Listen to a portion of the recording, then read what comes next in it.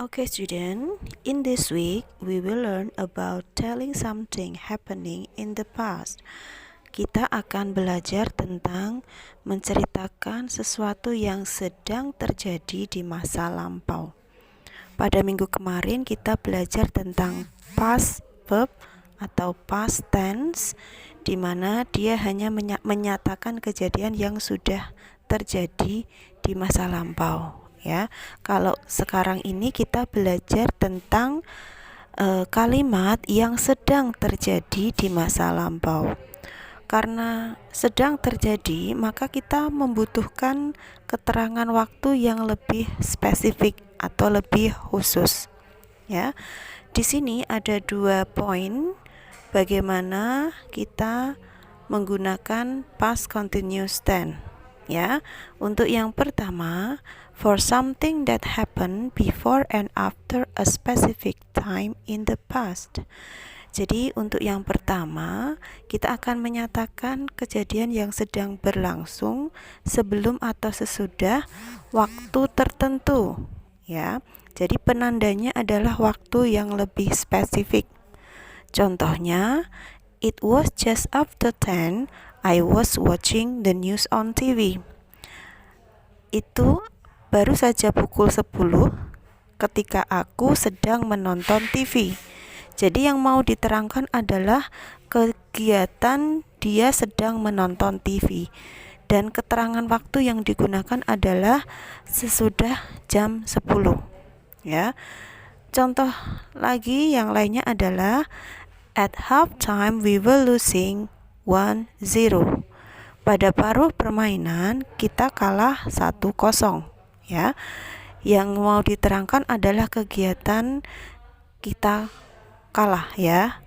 Yang diterangkan dengan kapan kita kalah, yaitu kita kalah pada saat paruh waktu, ya. Oke. Jadi saya ulangi lagi untuk yang pertama, untuk menceritakan atau menyatakan kejadian yang sedang terjadi di masa lampau bisa menggunakan spesifik waktu atau waktu yang khusus, ya. Sedangkan poin kedua, for something that happened before and after another action in the past, atau untuk sesuatu yang terjadi sebelum atau sesudah kegiatan yang terjadi di masa lampau. Jadi mau menceritakan kejadian yang sedang terjadi ditandakan dengan adanya kegiatan yang lain, yang mana antara si pembicara dengan yang diajak bicara akan mengetahui kejadian itu. Contohnya, he broke his leg when he was playing rugby. Ya, yang mau diterangkan adalah was playing rugby, ya. He broke his leg when he was playing rugby. Dia kakinya patah pada saat dia sedang bermain rugby. Ya. Yang kedua, she saw Jim as he was driving away. Dia melihat Jim pada saat dia sedang mengendarai. Ya. Jadi satu kejadian diterangkan adanya dengan kejadian yang lainnya. Ya. Bisa muncul pertanyaan, kapan dia kakinya patah? Oh, kakinya patah pada saat dia bermain rugby. Atau dibalik lagi, kapan dia bermain rugby? Oh, dia bermain rugby pada saat kakinya patah itu, ya. Jadi kejadian kakinya patah itu, ya. Atau kapan dia melihat Jim? Oh, dia melihat Jim pada saat dia sedang berkendara, gitu ya. Okay. Activity 1. I will read a diary for you. Friday, 14 August 2020. Dear Diary, I had the best day ever today. I woke up this morning. The sun was shining through the curtains and I could smell breakfast cooking downstairs. I jumped out of the bed, threw on my school clothes, and skipped down to the kitchen.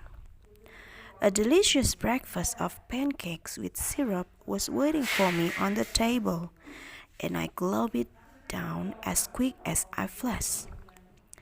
I grabbed my school bag shouted bye to my mom and dashed out of the door to school. Okay, students. Pada kegiatan yang pertama, di situ ada sebuah diary dan di situ ada kata-kata yang digaris bawahi, ya. Nah, tugas kalian nanti kalian tuliskan kata-kata yang digaris bawahi, ya, atau kata susah yang kalian temukan selain kata yang digaris bawahi. Kemudian kata-kata tersebut diartikan, ya. Nantinya kata-kata itulah yang kalian ketikkan ke dalam Google Form yang sudah saya sediakan. Oke. Activity 2. Observe the sentence. I woke up this morning. The sun was shining through the curtains. Saya bangun pagi ini, matahari bersinar melalui tirai. Di situ diterangkan woke up merupakan bentuk kedua dari wake up, sedangkan was shining merupakan bentuk pertama dari is shining. Ya, pada analisa kalimat tersebut kita diajarkan untuk membedakan bahwa di situ ada dua kalimat dengan keterangan waktu yang sedikit berbeda. Ya, pada kata woke up itu kejadiannya terjadi lebih cepat, ya, atau waktunya singkat. Sedangkan was shining itu dia membutuhkan proses, makanya dia menggunakan is mr atau to be dan ditambah dengan verb ing, shining, ya. Pada contoh kedua, a delicious breakfast of pancakes with syrup was waiting for me on the table and I gulped it down as quick as a flash. Ya, pada kata was waiting itu membutuhkan durasi waktu yang cukup lama, ya. Itulah yang disebut dengan past continuous. Dan sedangkan yang gulped atau artinya melahap itu terjadi dalam waktu singkat, atau itulah yang disebut dengan simple past tense yang minggu kemarin kita pelajari, ya.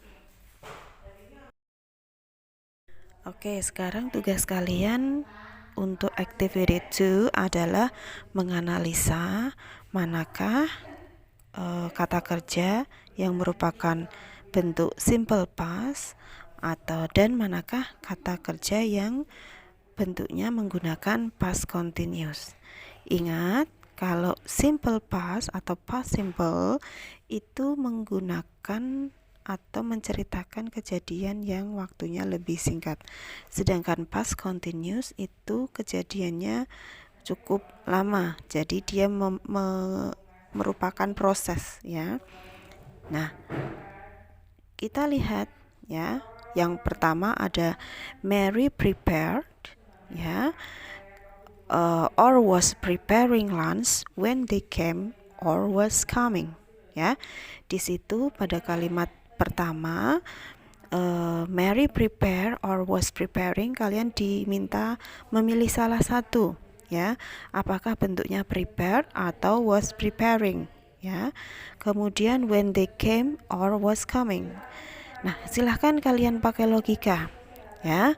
Ketika prepare or preparing lunch itu membutuhkan waktu yang lebih lama atau singkat. Kalau lebih lama maka bentuknya menjadi ing, ya. Tetapi kalau itu singkat maka dipilih yang prepared. Oke. Sama halnya dengan klausa berikutnya, came atau coming itu juga kalian tentukan.